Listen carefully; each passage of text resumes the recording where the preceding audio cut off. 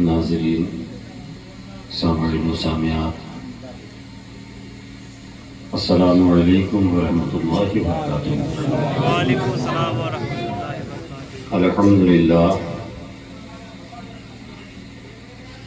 الحمد للہ رب العالمین والعاقبۃ للمتقین،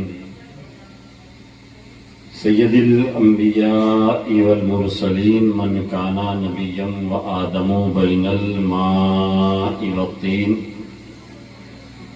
سید الکونین امام القبلتین جد الحسن والحسین، سید الصابرین وعلی الطیبین والطاہرین، وعلی شیخ الاسلام والمسلمین سیدنا عبد القادر محی الدین،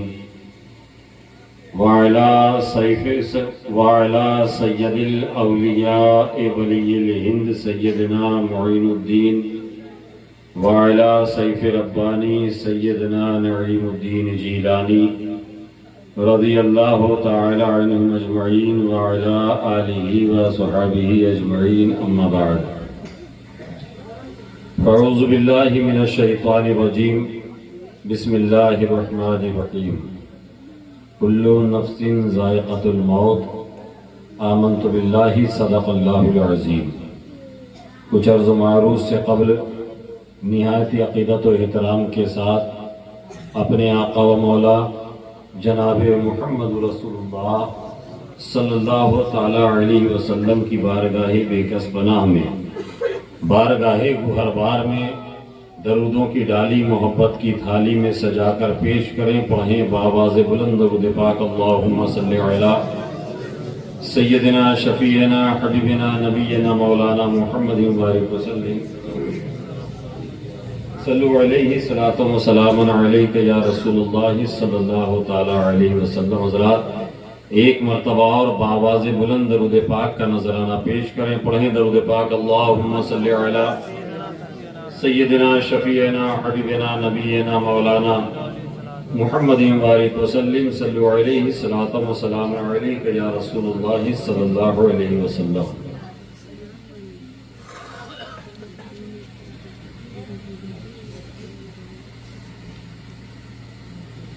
آج یہ محفل ایصال ثواب، محفل چہلم،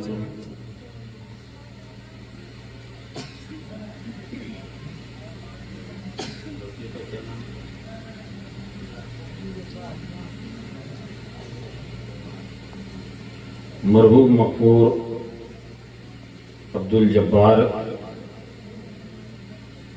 کہ چہلم کے موقع پر آج کی اس محفل کا اہتمام کیا گیا۔ اللہ تبارک و تعالی مرحوم مغفور عبدالجبار کو کروٹ کروٹ جنت عطا فرمائے، مولا تبارک و تعالی اس کی قبر کی منزلوں کو آسان فرمائے، اس کی قبر پہ رحمت و انوار کی بارشیں برسائے، اور حشر میں حضور کے جھنڈے کا سایہ عطا فرمائے، اور اہل خانہ کو، والدین کو، لواحقین کو مولا صبر جمیل عطا فرمائے، آمین یا رب العالمین بجاہ سید المرسلین۔ حضرات، اس سے پہلے کہ میں اس آیت کریمہ کے ضمن میں کچھ گفتگو کروں، اس آیت کریمہ کے ضمن میں آپ نے مجھ سے پیشتر خطبہ کی زبانی مدلل مفصل بیانات سماعت کیے ہیں۔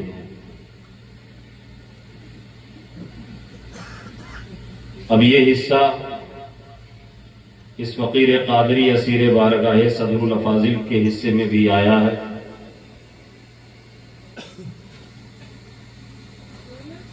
دعا کرتا ہوں کہ اللہ تبارک و تعالی ہم سبوں کو حق بولنے،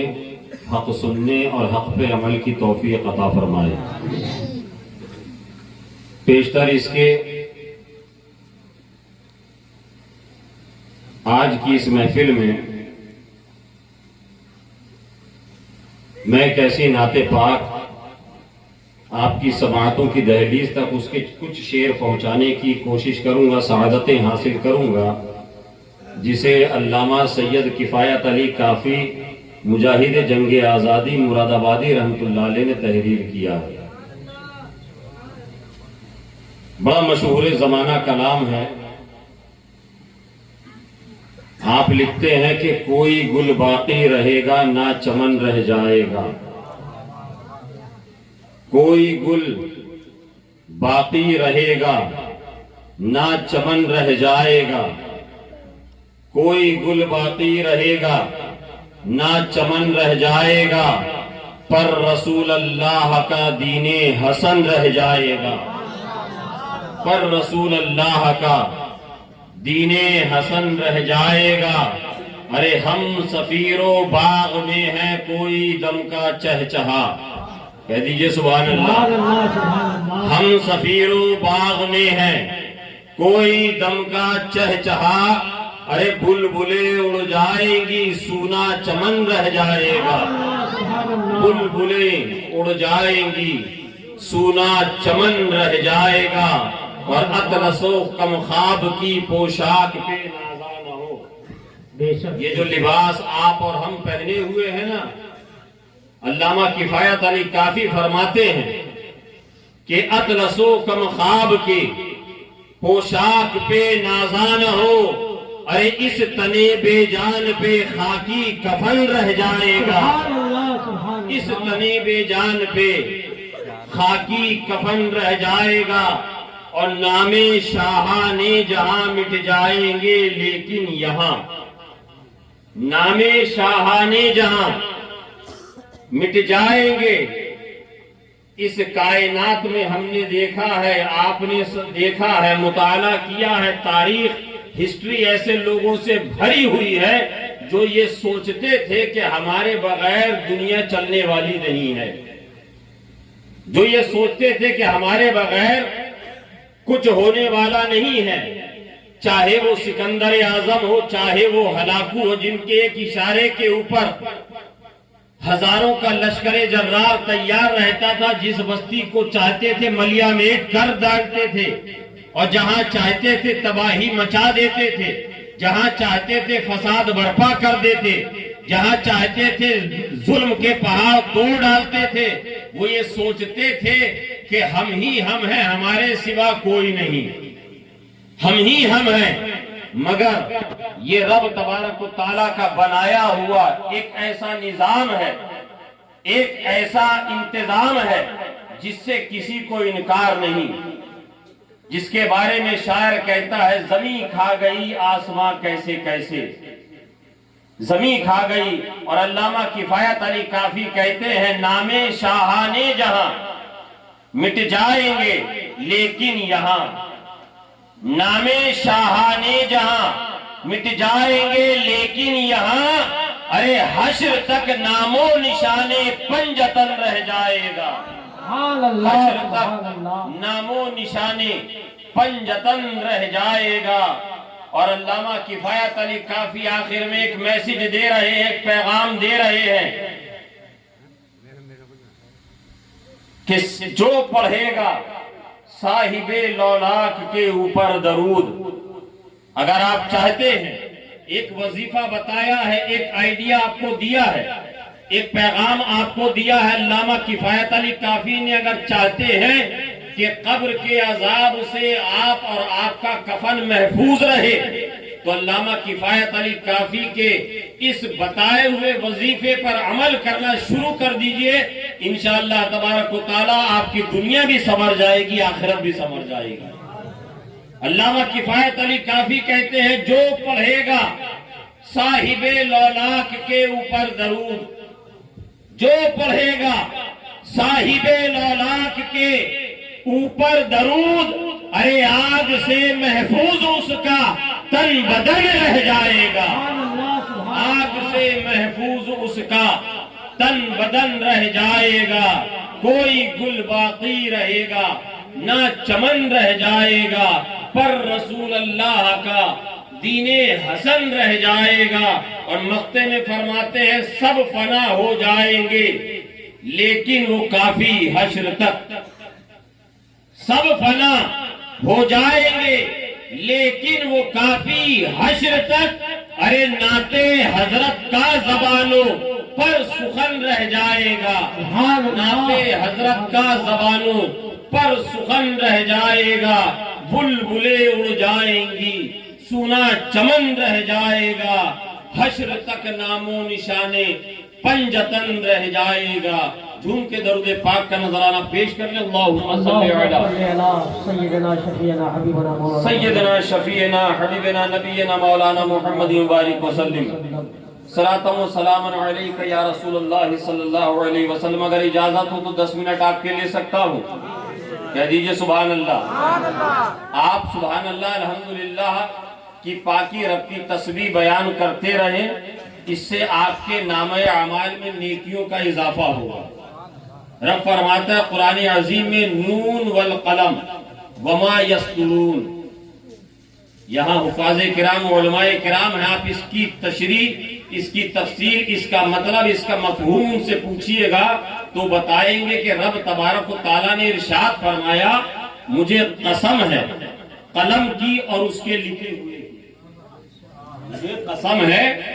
قلم کی اور اس کے لکھے ہوئے کی. یاد رکھیے گا ایک بات آپ اور ہم اچھی طریقے سے جانتے ہیں کہ آج ملک کے بیشتر حصوں میں ایک مہم چل رہی ہے. حکومت نے ایک مہم کا آغاز کیا ہے. وہ کیا ہے؟ SIR, جسے آپ اور ہم سب اچھی طریقے سے جانتے ہیں. SIR یہ کیا ہے؟ ہر ملک کے باشندے کو وقتاً فوقتاً 20-25 سال کے بعد ملک کا جب رجسٹر اپڈیٹ کرنا ہوتا ہے کہ ہمارے ملک میں کتنے باشندے ہیں, ان کے لیے کیا فیسلٹیز ہم دے سکتے ہیں, ان کے لیے ہم کیا بہتر انتظام کر سکتے ہیں. تو حکومت اس طریقے سے اعداد و شمار کر کے ہمارے آپ کے پاس جا کر اس کے ماتحت اپنے ملک کے انتظام کی پالیسی کو بناتے ہیں. آپ کے یہاں بھی چل رہا ہے. تقریباً آدھے ہندوستان میں یہ مہم چل رہی ہے. آپ ہوں جھارکھنڈ کے ہوں, بنگال کے ہوں, یوپی کے ہوں, راجستھان کے ہوں, آپ دیکھیے لوگ دوڑ رہے ہیں, بھاگ رہے ہیں, پرانی فائلیں کھول رہے ہیں, دستاویز نکال رہے ہیں. پوچھا گیا کیا ہوا؟ کہا کہ گورنمنٹ نے 2002 اور 2003 کے الیکشن کی لسٹ مانگی ہے. اس لسٹ کے اندر اپنا نام ڈھونڈ رہے ہیں. اگر ہم اس عمر کو پہنچ چکے ہیں, اگر ہم عمر میں کم ہیں تو اپنے والدین کا نام ڈھونڈ رہے ہیں. کسی وجہ سے والدین کا نام نہیں ہے تو دادا دادی نانا نانی کا نام جو گورنمنٹ کی طرف سے ہمیں 2 پرچوں کا فارم دیا گیا ہے اس کے اوپر ہمیں یہ لکھنا ہے. اپنی مکمل ڈیٹیل, آدھار کارڈ وغیرہ کا نمبر اور اس طریقے سے یہ ڈیٹیل لینی ہے. ہم نے کہا کہ اس سے کیا ہوگا؟ کہا کہ حضرت اس سے ہم لوگوں کے لیے حکومت بہتر معقول انتظام کرے گی. اس سے ہمارے لیے بہترین ملک کے اندر پالیسیز نافذ کرے گی جس سے ملک کے باشندوں کی زندگی آسان ہو جائے. میں نے کہا پھر اتنے فکر مند کیوں ہو, اتنا بھاگ دوڑ کس لیے؟ کہا کہ حضور وہ نام تو ڈھونڈ کے لانا پڑے گا, اس کے اندر وہ درج کرانا پڑے گا. میں نے کہا کہ صرف ووٹر لسٹ سے کام ہو جائے گا؟ کہا کہ نہیں, اس طریقے سے 10-12 ڈاکیومنٹس کی ایک فہرست ہے, ان میں سے کوئی 1-2 آپ دکھا دیجئے, ملک کے شہری اور باشندے آپ تسلیم کر لیے جائیں گے. ملک کے شہری اور باشندے آپ کو مان لیا جائے گا. حکومت کے رجسٹر کے اندر, پاپولیشن رجسٹر کے اندر, ووٹر لسٹ کے اندر آپ کا نام شامل کر دیا جائے گا. ہم نے کہا کہ اگر کہیں کوئی کمی خامی ہو, کوئی کمی بیشی ہو جائے, کہا کہ اس کو وہ بعد میں دوبارہ سے جب یہ رجسٹر پر ہو جائے گا تو اس کی ہم ایڈیٹنگ کرا لیں گے اور اس کے اندر اس کی تصحیح ہم کرا لیں گے. ہم نے کہا کہ اچھا یہ بات سمجھ میں آ گئی کہ ایک SIR کا فارم حکومت نے یہ منصوبہ جیسے ہی زمین پر اتارا، ملک کے اندر اعلان کر دیا اور ملک کے بیشتر حصوں میں یہ چالو ہو گیا، جاری ہو گیا،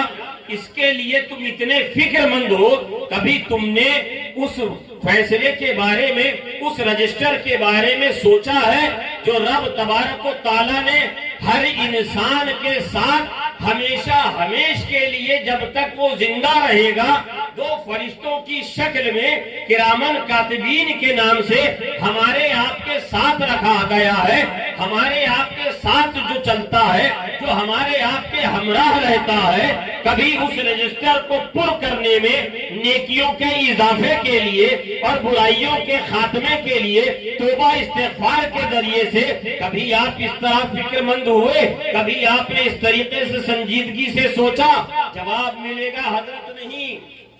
جواب ملے گا نہیں۔ ایک بات یاد رکھیے گا، یہ جو ہمارے ساتھ جو دو ہمزاد، دو فرشتے اللہ تبارک و تعالیٰ نے جو ہمارے ساتھ رکھے ہوئے ہیں، جو ایک نیکیاں لکھ رہا ہے اور ایک ہمارے گناہ لکھ رہا ہے، اگر ہم سے گناہ ہو جائے، ہم اگر توبہ کر لیں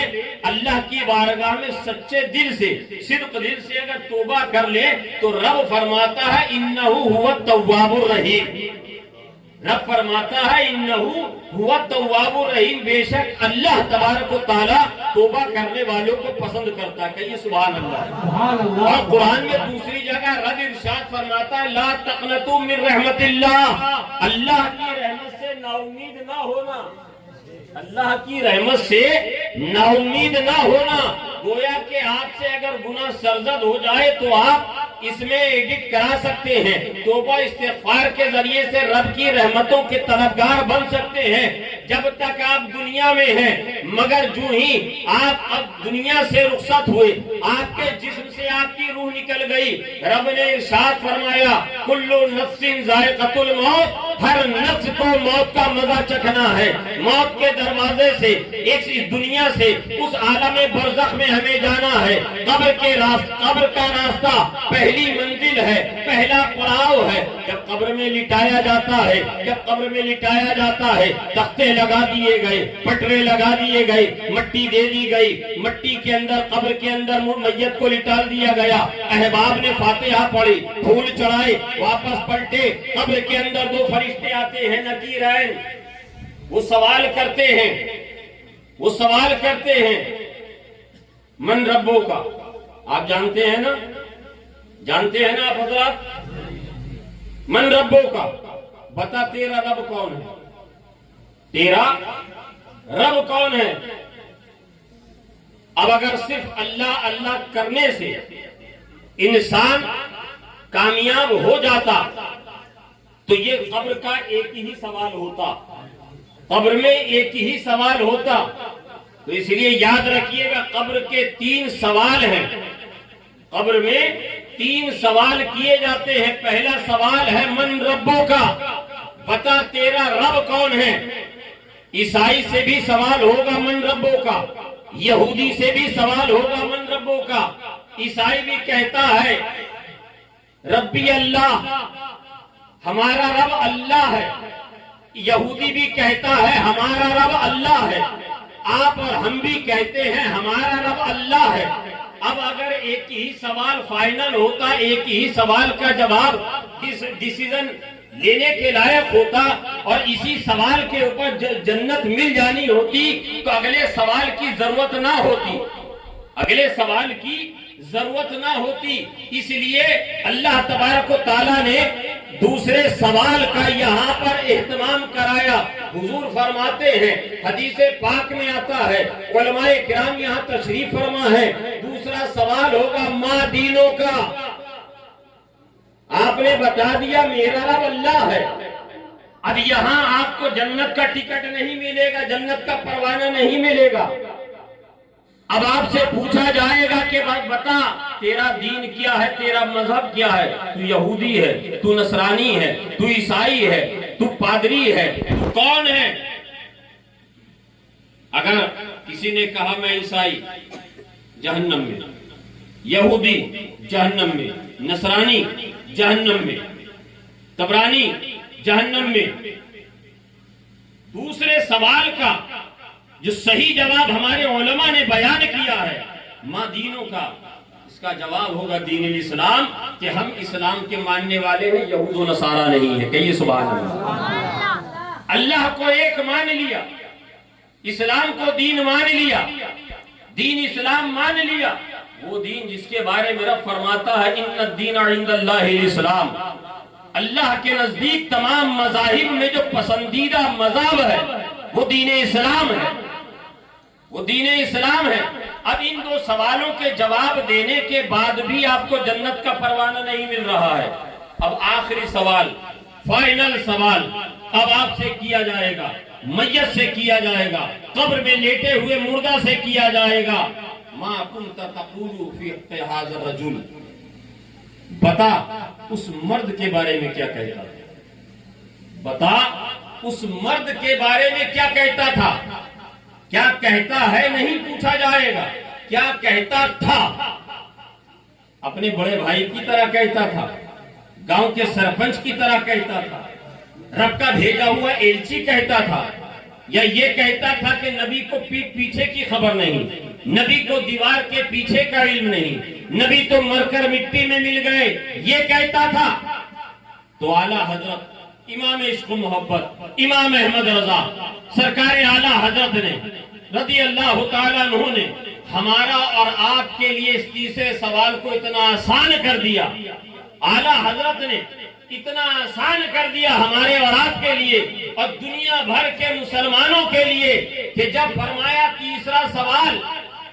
وہابی سے ہوگا، نجدی سے ہوگا، چکڑالوی سے ہوگا، دیابنا سے ہوگا، گستاخان رسول سے ہوگا،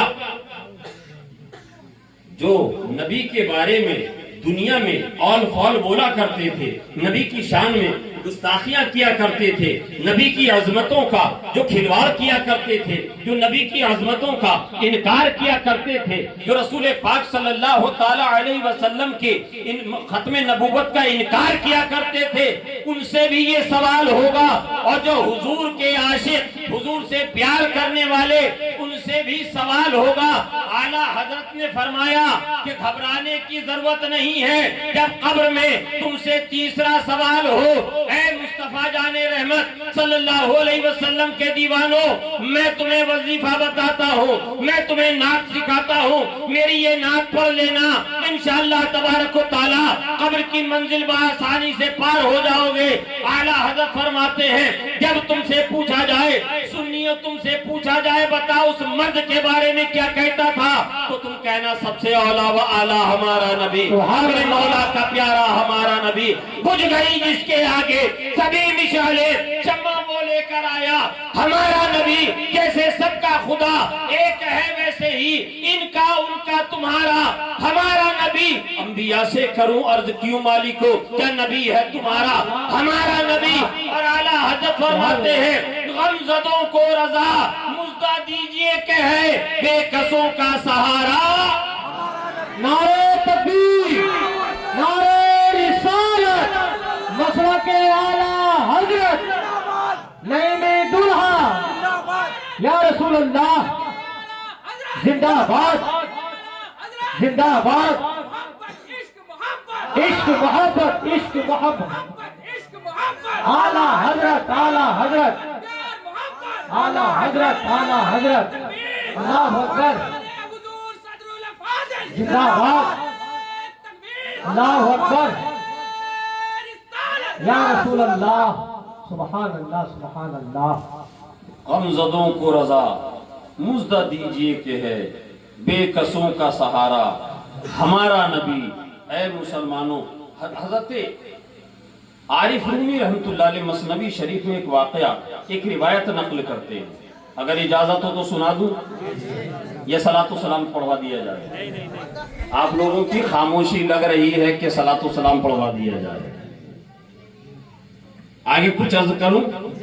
ماشاءاللہ کہیے سبحان اللہ۔ آپ سبحان اللہ کہیں گے نا تو یہاں جو فرشتہ آپ کے دائیں جانب ہے وہ آپ کے نامہ اعمال میں نیکیاں لکھے گا۔ کہیے سبحان اللہ۔ سبحان اللہ، سبحان اللہ۔ اس سے فائدہ آپ کا ہے،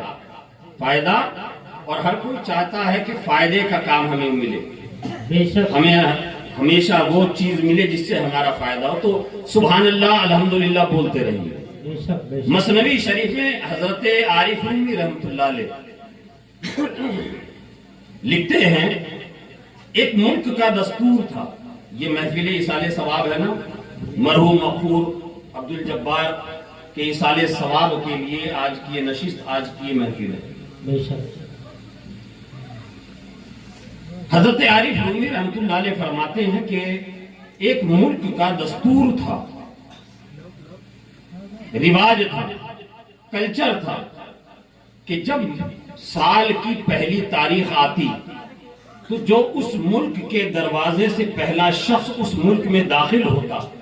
اس کو وہ اپنا راجہ چن لیتا، اپنا بادشاہ بنا لیتے، اور آخری سال کی تاریخ کو، یعنی کہ جو سال کی جو آخری تاریخ ہوتی ہے اس تاریخ کو اس بادشاہ کو لے جا کر اس ملک کے ایک بیابان جنگل میں چھوڑ دیتے، کھانے پینے اور ضرورت کی کچھ چیزیں اس کو دیتے اور اس کو چھوڑاتے۔ یہ دستور ان کے یہاں صدیوں سے چل رہا تھا، زمانے سے چلا رہا تھا۔ حضرت عارف رومی رحمۃ اللہ علیہ فرماتے ہیں کہ دن سال کی پہلی تاریخ کو وہ اپنے اسی طریقے پر عمل کرتے ہوئے، عمل کرنے کے لیے ملک کے شاہراہ کے اوپر، مین دروازے کے اوپر آ کر کھڑے ہو گئے کہ جو شخص پہلا ملک میں آئے گا اس کو ہم اپنا بادشاہ بنا لیں گے۔ فرماتے ہیں تھوڑی دیر کے بعد ایک تاجر جو ایک تجارت کرنے کی غرض سے اس ملک میں آیا تھا، پہلی بار آیا ہے، اس ملک کا نظام نہیں معلوم، اس ملک کا دستور اس کو نہیں معلوم، اس ملک کی تہذیب و ثقافت وہ نہیں جانتا، پہلی بار آیا، جو ہی ملک کے گیٹ سے داخل ہوا، مین دروازے سے داخل ہوا، شہر کے دروازے میں داخل ہوا، لوگوں نے اس کا ہار اور پھول مالا پہنا کر خود استقبال کیا۔ یہ جو آنے والا تاجر تھا ان کی تہذیب سے ناواقف تھا، تہذیب نہیں جانتا تھا، ان کے ملک کے دستور کے بارے میں جانکاری نہیں تھی۔ اس نے سوچا کہ شاید ان کے ملک کا دستور ہوگا مہمانوں کو اسی طریقے سے ویلکم کیا جائے، استقبال کیا جائے۔ حضرت عارف رومی رحمۃ اللہ علیہ فرماتے ہیں وہ شخص تھوڑی دیر کھڑے ہو کر دیکھتا رہا، کوئی ہار پہنا رہا ہے، کوئی مبارکباد دے رہا ہے، کوئی پھول برسا رہا ہے، کوئی مصافحہ کر رہا ہے، کوئی گلے لگا رہا ہے۔ تھوڑی دیر کے بعد اس نے سوچا آخر معاملہ کیا ہے، یہ ویلکم کا طریقہ تو نہیں ہے، یہ خوش آمدید کا طریقہ تو نہیں ہے، یہ سواگت کرنے کا طریقہ تو نہیں ہے، آخر معاملہ کیا ہے، ذرا یہاں کے لوگوں سے معلوم کیا جائے۔ لوگوں سے دریافت کیا، اے لوگوں بتاؤ میں پہلی بار تمہارے ملک میں آیا ہوں، بغرض تجارت آیا ہوں، بزنس کرنے کے لیے آیا ہوں، فلاں ملک کا رہنے والا ہوں، وہاں کا بڑا بزنس مین ہوں، تم نے میرا ایسا استقبال کیوں کیا ہے، ایسا میرا ویلکم کیوں کیا ہے، ایسی تم نے میرا سواگت کیوں کیا ہے؟ لوگوں نے بتایا ہمارے ملک کا دستور ہے کہ جو پہلی تاریخ کو ہمارے ملک میں سب سے پہلا انسان آتا ہے ہم اپنے ملک کا اس کو راجہ بنا دیتے ہیں، ہم اسے بادشاہ بنا دیتے ہیں، ہم اسے اپنا قائد اور لیڈر بنا دیتے ہیں۔ وہ کہنے لگا سنو تمہارے ملک کا دستور ہوگا مگر میں تمہارے دستور ماننے کے لیے نہیں آیا ہوں، میں ملک میں آیا ہوں بزنس کرنے کے لیے، میں ملک میں آیا ہوں تجارت کرنے کے لیے، میں آیا ہوں دھندا پانی کے لیے، مجھے تمہارے اس ملک سے کوئی مطلب نہیں، تمہارے دستور سے کوئی مطلب نہیں۔ تو لوگوں نے کہا لگتا ہے آپ نے ہماری بات کو غور سے نہیں سنا، ہمارے ملک کا دستور ہے کہ جو پہلا انسان آتا ہے ہم اسے بادشاہ بنا دیتے ہیں، چاہے وہ اس پر راضی ہو یا نہ ہو، 1 سال تک ہم اس کی فرما برداری کرتے ہیں، اس کے متی رہتے ہیں، اس کے فرما بردار رہتے ہیں، وہ جو کہتا ہے 365 دن ہم وہی کرتے ہیں، ملک کا نظام وہی چلاتا ہے، فوج پہ حکومت وہی کرتا ہے، بادشاہت اسی کو دی جاتی ہے، سر پہ تاج بادشاہت اسی کے سر پہ سجایا جاتا ہے۔ وہ انکار کرتا رہا، وہ انکار پہ انکار کرتا رہا، حتیٰ کہ گاؤں کے لوگوں نے، اس ملک کے لوگوں نے زبردستی اس کو پکڑا اور لے جا کر بادشاہ کی کرسی پر بٹھا دیا، تاج لے کر آئے کہ تاج پوشی کی جائے گی۔ حضرت عارف رومی رحمت اللہ علیہ فرماتے ہیں کہ تاجر بڑا ہوشیار تھا، یہ تاجر بڑا عقل مند تھا، یہ تاجر بڑا شارپ مائنڈ تھا۔ اس نے کہا کہ رکو رکو، تمہارے ملک کا دستور ہے، تم جو پہلی تاریخ کو آتا ہے اسے اپنا بادشاہ بنا لیتے ہو، اسے اپنا حکمراں بنا لیتے ہو، تم اسے اس ملک کا راجہ بنا دیتے ہو۔ کہا کہ بالکل آپ نے صحیح سنا ہے، بالکل ہمارے ملک کا یہی دستور ہے۔ کہا کہ سنو، اگر کوئی بادشاہ حکم دے گا تو کیا تم اس کو مانو گے؟ کہا کہ 1 سال تک، 365 دن تک، آج سے لے کے سال کی آخری تاریخ تک، صبح سے لے کر شام تک، وہ جو حکم دے گا ہم اس کو مانیں گے، مگر جیسے ہی کیلنڈر چینج ہو جائے گا اس کی ایک نہیں چلے گی۔ کیلنڈر چینج ہو جائے گا اس کی ایک نہیں چلے گی۔ کہا کہ ٹھیک ہے، پھر تمہارا جو دستور ہے اس کو ادا کرو۔ لوگوں نے اس کو تاج پہنایا، سپاہیوں نے اس کو سلامی دی، پورے ملک کے لوگ کھڑے ہیں۔ اس نے سب سے پہلا اعلان کیا، جو ہی اس کے سر پہ تاج پہنا دیا گیا، اس نے اعلان کیا کہ اے لوگوں، ملک کے میرے جتنے باشندے ہو، میں سب سے کہہ رہا ہوں، کل صبح فلاں میدان میں، ایک وسیع میدان میں ایک تخت لگایا جائے، اس پر میری ایک کرسی بادشاہ سجائی جائے، اور سارے ملک کے لوگ، جوان، بچے، بوڑھے، مرد، عورت، سب اس میدان میں جمع ہو جائیں۔ لوگوں نے سوچا کہ بادشاہ بنا ہے، ہمارے ملک کا بادشاہ بنا ہے، شاید یہ جشن کا اعلان کرے گا، اگلے دن شاید یہ کوئی شادیانے بجوائے گا، شاید یہ اپنے کوئی القابات کا اعلان کرے گا، شاید یہ اپنے نعرے لگوائے گا۔ حضرت عارف رومی فرماتے ہیں اگلے دن اس کے بتائے ہوئے میدان میں، اس کی بتائی ہوئی جگہ میں، ایک وسیع اور عریض میدان میں سارے ملک کے لوگ جمع ہو گئے۔ بادشاہ نے ایک کرسی پر بیٹھتے ہی کہا، میرے ملک کے باشندوں، میں تم سے کہتا ہوں، اے میرے ملک کے سپاہیوں، میں تم سے بھی مخاطب ہوں، اے میرے ملک کے بچوں، نوجوانوں، میں تم سے بھی مخاطب ہوں، میں ہر ایک سے مخاطب ہوں۔ میں جو 4 ڈویژن میں اپنے ملک کو تقسیم کر رہا ہوں، جو جس ڈویژن کا ہے، جو جس کیٹیگری کا ہے، جو جس لائق ہے، وہ اس طرف چلا جائے۔ سب سے پہلے حکم دیا، اس ملک کے اندر جتنے ماہر تیر انداز ہیں، جتنے ماہر شکاری ہیں، وہ سب ایک طرف آ جائیں۔ جتنے شکاری ہیں، جتنے تیر انداز ہیں، سارے داہنی طرف جمع ہو جائیں۔ اس مجمع میں سے دھیرے لوگ نکل کر ایک طرف جمع ہو گئے۔ اب اس نے کہا، اس ملک کے جتنے بھی معمار ہیں، جتنے بھی کاریگر ہیں، فنکار ہیں، گھر بنانا جانتے ہیں، بلڈنگ بنانا جانتے ہیں، پتھر تراشنا جانتے ہیں، ان تمام کو میں کہتا ہوں بالکل اس مجمع کے میدان کے بائیں طرف جمع ہو جائے۔ وہ سارے کے سارے لوگ بائیں طرف جمع ہو گئے۔ پھر آپ نے اس بادشاہ نے اعلان کیا، میرے ملک میں جن کو درختوں اور پودوں کی شناخت اور پہچان ہو، جو باغبانی کو جانتے ہوں، وہ بائیں طرف سے دوسری قطار میں آ جائیں۔ آ گئے سارے لوگ آ گئے، ادھر معمار آ گئے، ادھر سپاہی آ گئے، بیچ میں باغبان کھڑے ہو گئے۔ اس نے کہا کہ میں سب سے پہلے سپاہیوں کو آرڈر دیتا ہوں کہ اس جنگل کے اندر، جس جنگل کے اندر تم اپنے بادشاہ کو چھوڑ کے آتے ہو، اس میں جتنے وحشی درندے ہیں، جتنے کیڑے مکوڑے، بچھو، سانپ ہیں، تم جا کر ان تمام کو جا کر مار دو، سب کو جا کر مار دو۔ بادشاہ کا حکم سنا، پورا لشکر جنگل کے اندر چلا گیا۔ دوسرا اعلان اس نے کیا کہ جتنے بھی باغبانی جاننے والے ہو، جتنے بھی مزدور ہو، تم لوگ جنگل میں جاؤ، اور جتنے بھی بیکار درخت ہیں، جنگلی پودے ہیں، جن کی ضرورت حاجت نہیں ہے، وہ سارے کے سارے درختوں کو کاٹ کر برابر کر دو، سارے درختوں کو کاٹ کر برابر کر دو۔ پھر بادشاہ نے اعلان کیا، اے میرے ملک کے معماروں، اے میرے ملک میں مکان کی تعمیر کرنے والوں، فنکاروں، لکڑی کا کام کرنے والوں، پتھروں کو تراشنے والوں، جب یہ دونوں اپنا کام کر لیں تو تمہاری ڈیوٹی یہ ہے کہ تم اس جنگل کے اندر ایک عالیشان محل بناؤ اور اس کے اندر ہر طرح کی آسائش ہو، اس کے اندر ہر طرح آرام دائک چیزوں سے اس کو لیس کر دو۔ آخر میں کہا اے میرے ملک کے باغبانوں، اے میرے ملک کے کاشتکاروں، تمہارا کام یہ ہے کہ جب یہ محل تیار ہو جائے، اس محل کے ارد گرد جتنے بھی خوبصورت پھول ہیں،